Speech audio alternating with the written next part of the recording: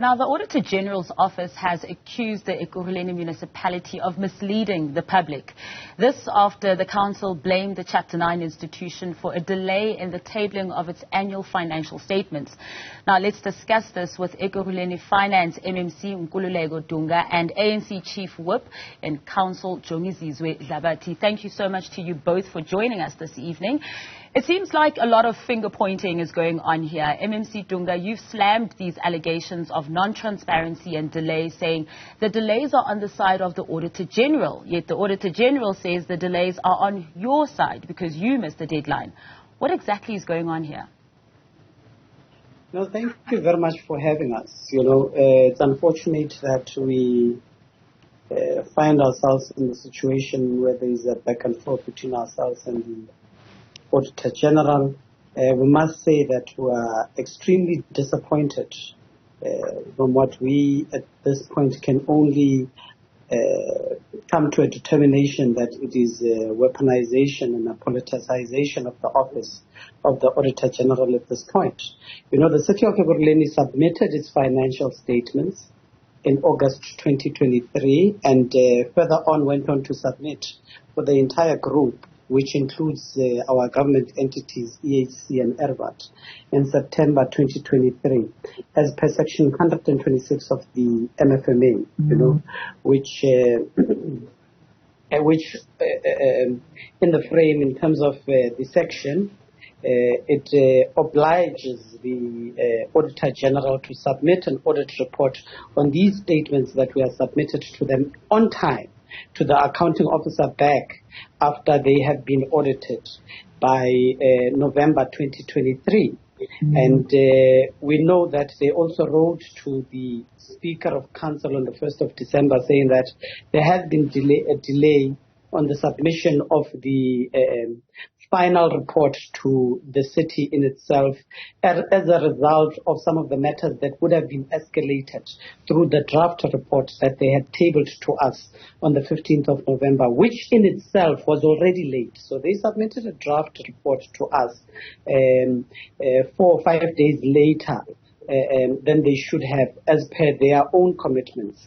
And, part of escalation and part of the identification of what we as the city deem is an incorrect analysis of their own audit is a process of auditing in itself, which should have been covered within the stipulated time frame of the 3 months of the Auditor-General having ensured that there is a final draft. So there's really no excuse as to why they've still not yet submitted a final draft report and are blaming the city of Ekurhuleni for having raised issues with some of the matters that we have escalated to them. In actual fact, many of the matters that were escalated to them to review on their draft report, they actually came back to actually agree with the city of Ekurhuleni, meaning that they hastily tabled a draft report within that 3 months, which would not have accepted under the condition.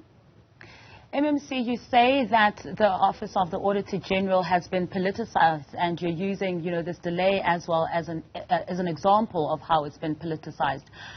If so, who is politicizing the AG, and for what reason?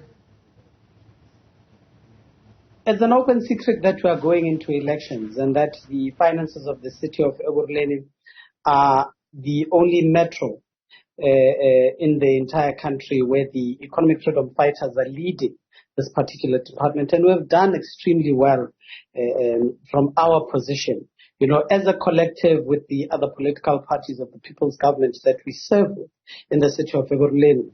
We've seen a lot of voices extremely ill-informed to a point that one can even assume that it must be financial delinquency and illiteracy for political parties who have been in government for the longest of times not to understand the basic principles of auditing, such as that when the Auditor-General releases the report, would do it in the public domain and would not submit to ourselves as political heads, and to come out in the attack of not only the Department of Finance and the city of Ekurhuleni for having set with a report that would have found reflection in the and public is extremely ill-informed, and everyone is using it, as a political stance and a position in that we're hiding something that the Auditor-General would have found. And there is really no need for us to have done that, because the period under review by the Auditor-General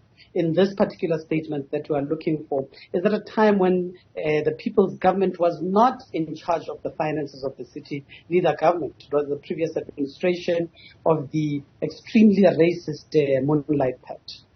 So in your view, you had absolutely no reason to be hiding this anyway, let's say you wanted to. But the Auditor-General says what you're saying now is actually misleading the public.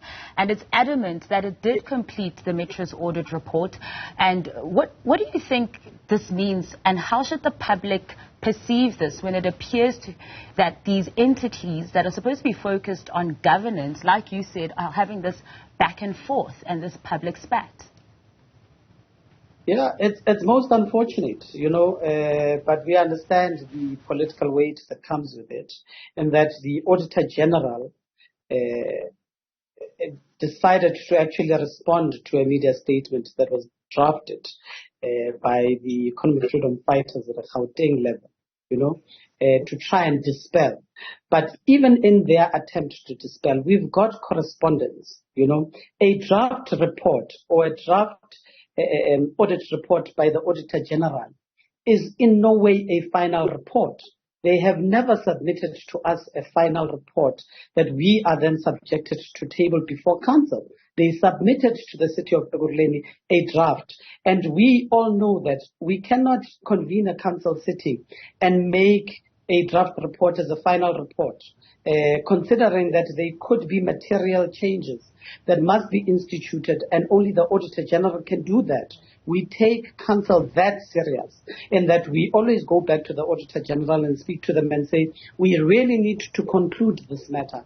It can't be that 4 months after the deadline that you should have met yourself, legislated time frame, that you are still finding it difficult to actually come to a resolution of submitting to us what is the final draft, what is the final report that is supposed to be before us. Yes, there are matters that we have escalated, that we have identified. In the beginning stages, they were standing at 14 or 15 or so. Currently, they are dealing with 4 matters that still need to be finalized. But it just speaks of poor management or even mismanagement by the Auditor-General. It speaks of not adhering to their own time frames and not being conscious of the surrounding that they find themselves in. As hence, it takes about 7 to 8 months to really finalize the report, inclusive of taking into consideration matters that would have been escalated. And we have every right to actually escalate matters. As we've already said, that between the draft and what they have currently now, we're able to eliminate about 9 matters that they brought to our attention. I was a former chairperson of MPEC, and many of the issues that they had also identified as either unfruitful, fruitful, wasteful, and irregular expenditure by the Auditor-General's a statement in themselves. We learned to find out later on when we do our investigations and hold departments accountable that in actual fact they were incorrectly put there by the Auditor-General themselves. So we're trying to also do due diligence from our part, but they should have met the expectation in line with Section 126 to submit to us the final draft report within the 3 months, and the audit period within the 3 months should have included the time for escalation and the finalization thereof. We don't have the report. We're looking for it. We don't hide the reports under mattresses. I'd like to bring in the ANC Chief Whip in Ekurhuleni on that point right there. Mr. Jongizizwe Dlabathi, the opposition parties in the Metro have also accused this ANC-EFF coalition of the delays and of, more so importantly, the deterioration in service delivery in the city. Does the blame lie at this coalition? What is your response to that? Yeah, firstly, thank you very much for the opportunity, and I must clarify that we are not in coalition with the EFF.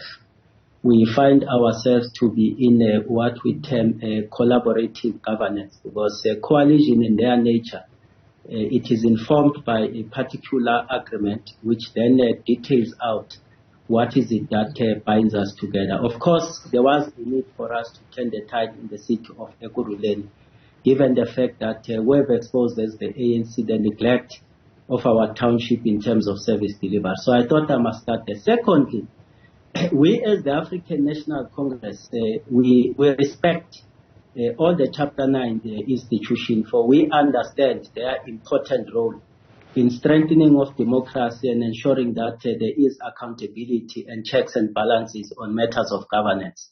So we will never at any point in time find ourselves in a situation that we are confrontational with those institutions. And all that we are calling for is a matured relationship manner in which any dispute with the Auditor-General as a Chapter 9 institution is managed in a much more better way as opposed to what we have observed.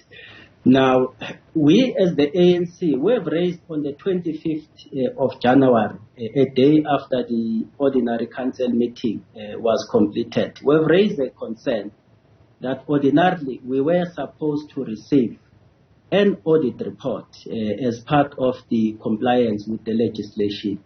And rightfully so, we raised that because there was no clarity about the report. And why we raised that concern is purely because we are committed to good governance, and we needed to establish what is the audit report saying with regards to financial accountability, what is the report saying with regards to performance assessment, as well as our extent to which we are complying with the applicable prescript, in particular supply chain management. And you will agree with me that this report is an important tool for local government to make that determination. And in the absence of that report, correctly so, we raised a point of being worried. We did not point fingers as the African National Congress because we are a matured organization that appreciates the processes. But what is the issue here? The issue is the lack of communication to the council on why there is a delay on the submission of the audit report, which ordinarily is supposed to be submitted in January. What is it that we have established as the ANC? Firstly, is that on the 1st of December, and I think the MMC has pointed to that, the Auditor-General would have written to the Speaker of Council, citing correctly that there are delays in the audit process. So the point that I'm making is that none of us can point a finger at the Auditor-General to say that the Auditor-General did not alert us that indeed there is a delay as a result. We have established in fact, and there is a correspondence in that regard on the 1st of December. On the 6th of December, we received a subsequent correspondence from the Office of the Speaker when we were supposed to have a council meeting which was postponed. And what was cited there is some of the compliance items indicating the discussions between ourselves and the Auditor-General. Now, the point that I am coming to is that there is a moral obligation, in particular, to the executive and the administration, appreciating that there are delays to at least abreast the council that a report is not likely to be tabled in January as expected due to these following reasons. Unfortunately, we have established today through the city statement that in fact the city has instituted a dispute, and that was not necessarily disclosed as part of taking council into confidence, so that this circus we find ourselves in, where we are in the dark on why there is a delay in the submission of report. In fact, the truth is that on the 1st of December, the AG would have alerted us that there are delays, but secondarily, we are now establishing that the city would have made some dispute on the report. So it will be incorrect to say that there is no draft report before the city, because there are no basis, or you can't lodge dispute out of a report. So the city did receive a draft report, which they are disputing. And all that we are saying is that council needed to be taken into confidence that the city has submitted a dispute, and that would have actually buried this circus that we find ourselves in. So it's purely the lack of communication into the council as a supreme institution which is expecting a report to be presented. What do you make then of those accusations by your colleague there from the EFF saying that the Auditor-General's office has been politicized? Well, I can't comment in detail until such time they are explicit on these political parties that they are basing their argument on. Safe to say that as the caucus of the ANC, we understand what we call the separation of powers. That within the institution you have the legislature, you have executive, you equally have the administration. And the ANC caucus carries the responsibility to exercise strong political oversight on matters of governance, and one of which is our worry that indeed a report that is key to council was not presented on time. And that is not the only issue that the ANC is raising as part of the strong political oversight. It is out there in the public that we have sharply raised the issue of what appears to be a constrained financial position of the city.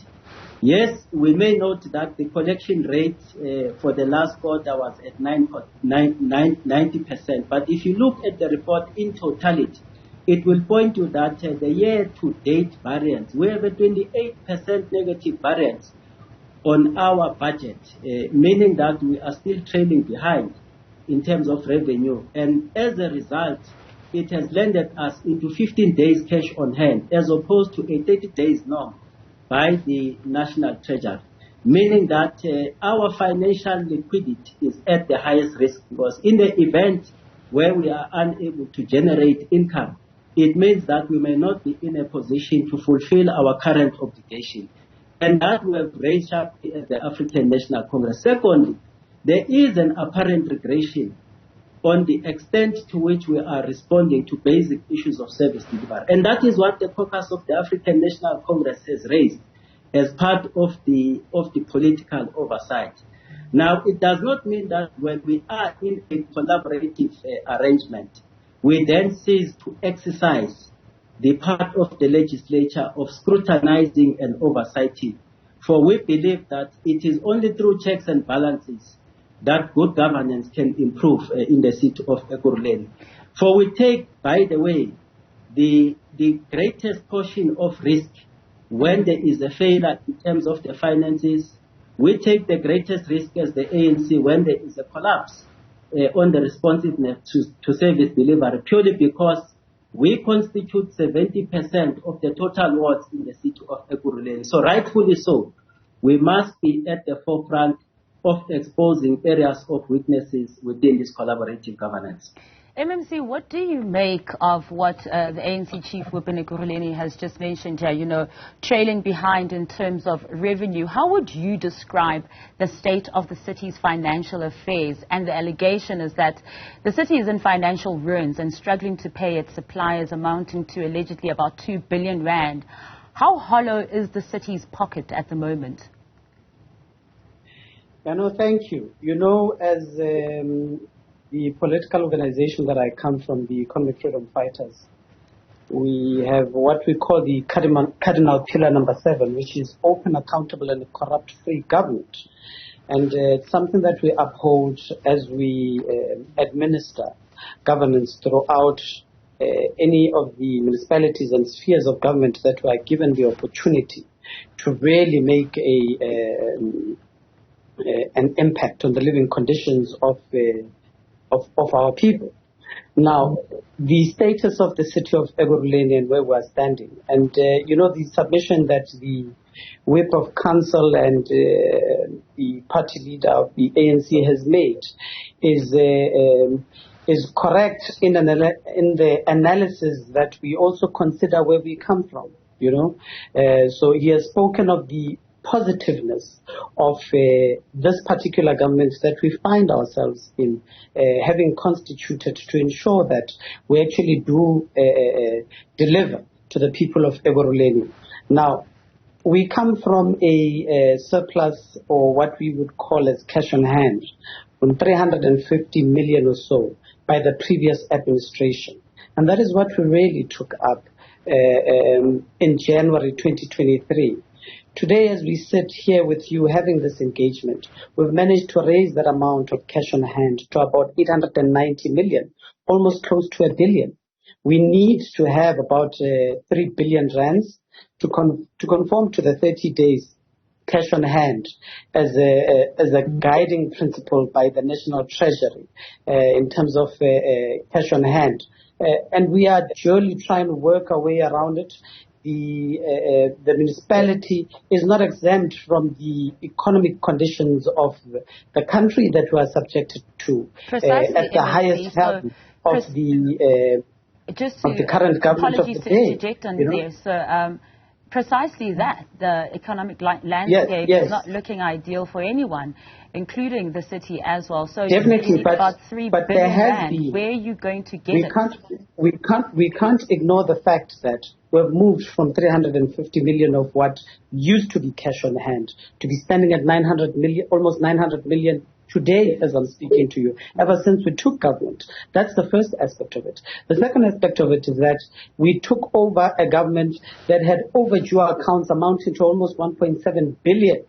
We have managed to take that down, and it's currently standing at about 490 million or so in terms of our obligation to service providers with overdue accounts. And the reason thereof, we could state a few of them, but the major one is that we are finding it at times that we don't have some of these invoices sitting before finance. And secondly, the Department of Finance has to do due diligence in terms of the assessment of any invoices before we can process any payments. We need to check with the sister departments as to whether was there really services that have been rendered, was there value for money, was there no irregularity in terms of the allocation of work, as well as the IPWs, which are instructions to perform work, was the process of supply chain management followed in line with the City of Ekurhuleni's supply chain management policy.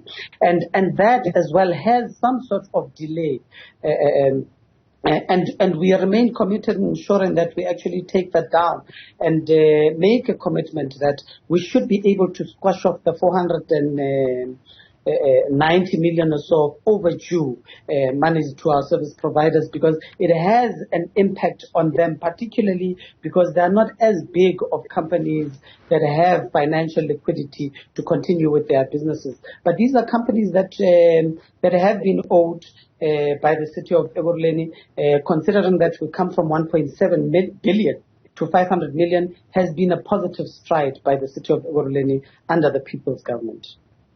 And for that remaining 490 million odd, what would your message be to those companies as well? And how long will this delay take for this verification process that you need to do?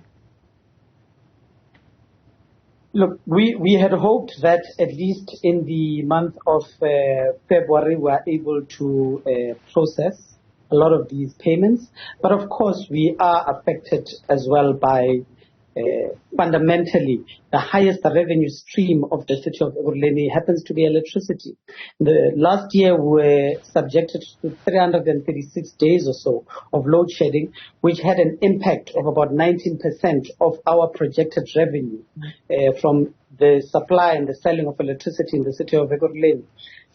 But putting that aside, and that we've actually managed to collect beyond 90% in terms of the collection rate in the City of Ekurhuleni, having done also some of the due diligence in these particular invoices, we should be ensuring that we make those necessary payments in the next month or two before the end of the financial year. And to you, Mr. Dlabathi, without that report, how would you say you'd be able to authentically reassure residents of Ekurhuleni that the ship is not sinking when they are constantly and increasingly complaining about service delivery woes? Yeah, firstly, we can assure the residents of Ekurhuleni that the ANC caucus it is at the forefront of ensuring that there is sustained political oversight and scrutiny as part of checks and balances. For we will not preside over a collapsing institution whilst we are part of this collaborative governance. And that we have sustained throughout the term. You will also appreciate that for the first 16 months, the ANC was not at the helm of the institution. And we have seen for ourselves, including our townships, that in the absence of an ANC being at the helm, things are really collapsing. And even if we are at the opposition bench, we continue to be a voice of reason and ensure scrutiny and oversight, as I have indicated. The second point is that we affirm on a view that says that the city needs to focus on what matters most. And the first thing that we really need to pay attention to collectively is to rebuild the financial liquidity of the city. When we presided over the city in the ANC, at no point did we experience a negative variance, which on its own begins to alert us that we are drifting towards a bankruptcy. And it is only in this term that we are beginning to see that particular trend. And we want to update that by making sure that we contribute towards that's not true. You were in charge of government in 2019. Can I finish? I have not interrupted you. I'm saying when we finish his point and then we'll come back to you, MMC. When we presided over the institution, at no point did we experience a negative variance, which was alerting us that we are drifting towards danger. It is only in this new term that we began to realize negative variance. For that matter, we pointed to them that in the fourth quarter, at some point, there was a negative variance of 2.9 billion that they presented to council. It's there on record. It's not something that we are generating from nowhere. So the point is that we must build a strong liquidity. For that matter, we have submitted proposals on what is it that we need to do in order to strengthen our revenue enhancement strategy, which has already collapsed, and that is why we are unable to register progress in that regard. The second last point is that we affirm that we can't be part of an institution that is unable to provide sustainable basic services, in particular water, electricity, waste and sanitation, because we are beginning to see remnants of a collapse in our ability to provide sustainable services. The last report points to us that our performance is sitting at 7.6% insofar as our ability to respond to those basic queries, and we should be worried. And lastly, we are not going to shy away from raising sharply issues of good governance. It is not just a theoretical posture, it is something that you must practice. Hence, we are calling for the finalization of the audit report. It must come to council, because we should not be embarrassed even if it brings a negative report. The issue is that it must come, it must give us the extent to which we have performed, and that should form the basis of us to improve moving forward.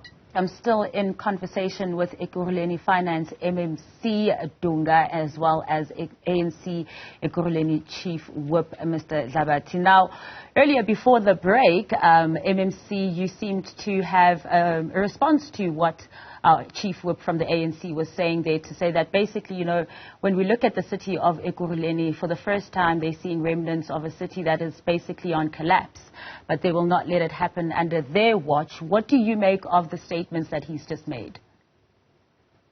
Yeah, no. You know, when we reflect, right, and we reflect on the finances of the city, even a reflection beyond the democratic alliance's failed governance, is that the whip was here with us when they took over with the former Councillor Mzwandile Masina. They had taken over 7 billion in terms of surplus cash, and when they came out of government, when we removed them deliberately out of government following the previous local government election, there was only about 500 million rands or so that was left then for the DA administration to only take down even further to lesser than 400 million.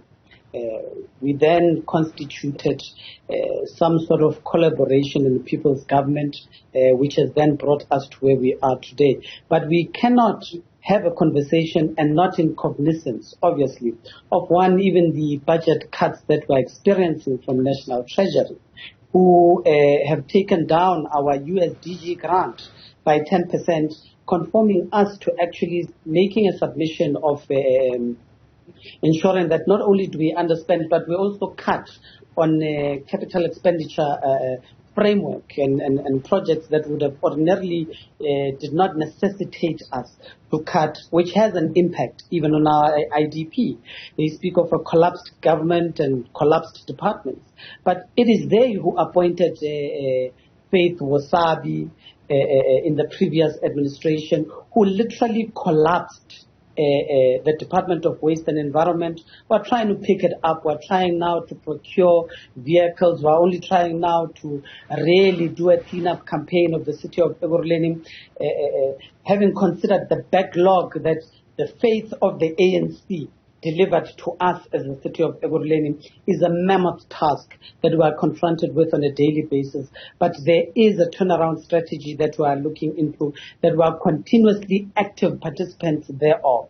So in those pointers of what constitutes what would be basic service delivery and deliverables to the people of Ekurhuleni is the issue of the potholes. Our streets are in dire condition. Why not only mention the fact that, yes, we are experiencing in terms of sewage spillages in our communities. And what we have found in most cases, where we actually resolve many of these cases outside of what has been logged in through the call logs of the city of Ekurhuleni, by the way, is that there is a direct sabotage of our infrastructure. We have found dead pigs inside some of our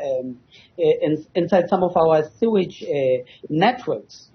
We have found blankets, we have found stones, meaning that it's a deliberate ploy to actually ensure that there's a blockage of our infrastructure, and therefore complaints go up. But we have not went on a rampage to lambast some of these things, but we have done civil education in terms of the identification of certain hotspots, and equally as well have escalated in ensuring that we have security to even look after our power station, our transformers and substations, which have become a point of vandalism and serious vandalism in the city of Ekurhuleni. So these are just some of the interventions that we have done. And you would also appreciate that, in actual fact, the national government, when it suits them, and it suits them all the time, and they want to do a benchmarking of any municipality in the country, they refer to the city of Ekurhuleni. They come to the city of Ekurhuleni. Why is that the case? That can only mean that we are doing a lot that is right. Yes, there's a backlog of a lot of service delivery pointers that we still need to go in terms of addressing. And we have done many of those things, There's been a lot of issues that have been brought up, granting aids, the Vugupila project, and to a certain extent, the allocation of free electricity to even those who could have afforded at the expense of the fiscus of the city. And these are just some of the things that we're just trying to correct in ensuring that we have sound financial controls systems as well as the standing of the city. And from where we're standing, from a position of finance, we've done extremely well under the conditions. MMC, you speak of the interventions and the work that's being done and doing well financially as well. But when will that trickle down to the lived experience of the residents of Ekurhuleni? When will they then finally be on roads that aren't full of potholes, that aren't full of litter, where service delivery and infrastructure in itself is not ailing? When will these interventions and this hard work that you speak of that is being done behind the scenes, when will it infiltrate to the ground? We continuously hold administration accountable almost on a daily basis. For the past week, I've had interactions. We're doing currently the budget adjustment and ensuring that people really start to see at the turnaround strategies that we've been able to introduce. Just of recently, our biggest challenge in terms of delivering basic services, particularly as well in electricity and water, has been the question around fleet. In terms of transport, our fleet is sitting in workshops. There's no thorough monitoring. There's no thorough checks, and so forth. But we've done well. We're starting to see now cars coming back into the system. We've started to see our compactors being brought back from fleet department, which is a positive, meaning that we can now spend less on contracted services, or what we would define as tenders that have been allocated. Just of recently, we are trying to introduce as well, it will come through the specifications of the city of Ekurhuleni, the purchase of specialized equipment, for the cutting of grass, so that we really in-source that capacity for the city of Ekurhuleni to be able to do its own grass cutting, meaning that we won't then have to rely on contracted services who at times frustrate us. And we're also frustrated by the 30% tax, who have political allegiance in these ward councillors who are predominantly ANC and holding the city of Ekurhuleni into ransom like they do at times with the Department of Waste and many other contracted services. So we are going to find a way of adding to the capacity of the city, because we do have the human resource. We just need to buy them the necessary equipment, and then we can do our own grass cutting and do our own maintenance, such as horticulture and the cleaning of our graveyards, because those are variables that we should be seeing and in the immediate, and that is. Interesting. Well, gentlemen, thank you so much for joining us tonight and for your insights. Good luck to you both. That was Nkululeko Dunga, Ekurhuleni Finance MMC, and Jongizizwe Dlabathi, Ekurhuleni ANC Chief Whip.